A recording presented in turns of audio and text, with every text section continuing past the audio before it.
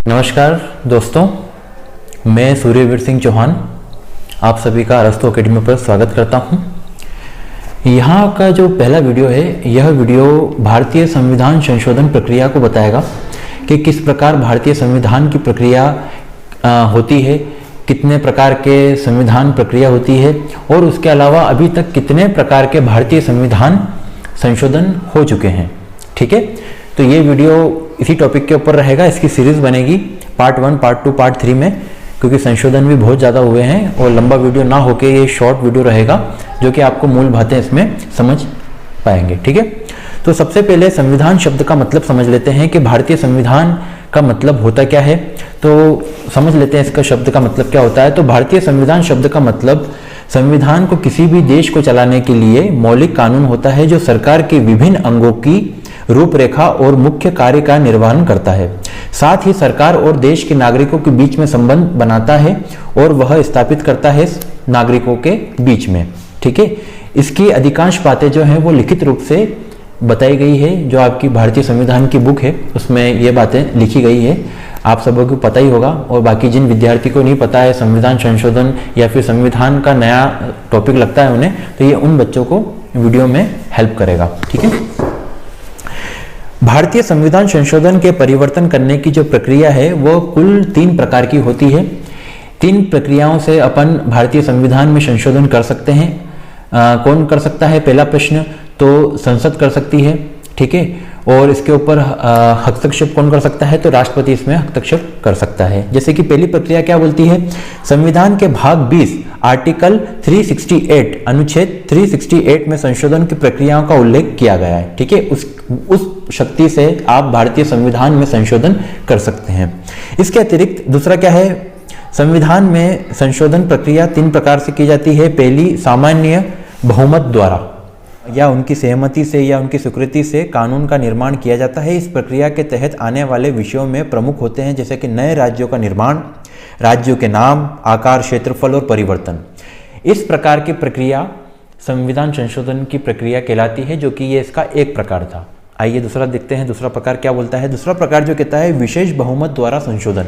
इसमें क्या बोलता है, इसमें 2/3 बहुमत के द्वारा आप संविधान संशोधन को बदल सकते हैं या उसमें परिवर्तन कर सकते हैं समय के अनुसार। ठीक है, तीसरी जो प्रक्रिया है वो कहती है संसद के विशेष बहुमत तथा राज्य विधानमंडल की स्वीकृति से संशोधन। ठीक है, इसके अंदर आने वाले जो विषय हैं वो इस प्रकार हैं कि राष्ट्रपति के निर्वाचन संबंधित अनुच्छेद 54 और 55, संघीय कार्य प्रणाली की शक्तियों में संबंध अनुच्छेद, उच्चतम न्यायालय तथा उच्चतम न्यायालय के संबंध में अनुच्छेद, और इसके बाद 7वीं अनुसूची में संबंधित कोई सूची। ठीक है, इस प्रकार के विषय आते हैं जो आपके भारतीय संविधान संशोधन की प्रक्रिया को मूल रूप से एक परिवर्तन का चेहरा अपन उसको कर सकते हैं। ठीक है, अब इसमें शुरू करते हैं भारतीय संविधान में किए गए प्रमुख संशोधन, जो कि वर्तमान जब से बना है, जब से लेकर वर्तमान स्थिति तक जानेंगे अपन कि कितने प्रकार के भारतीय संविधान संशोधन हुए हैं और संशोधन के साथ में कौन से आर्टिकलों को छेड़छाड़ की गई है या उसमें परिवर्तन या उसमें कुछ शब्द जोड़े गए हैं, वो अपन इसमें देख लेते हैं।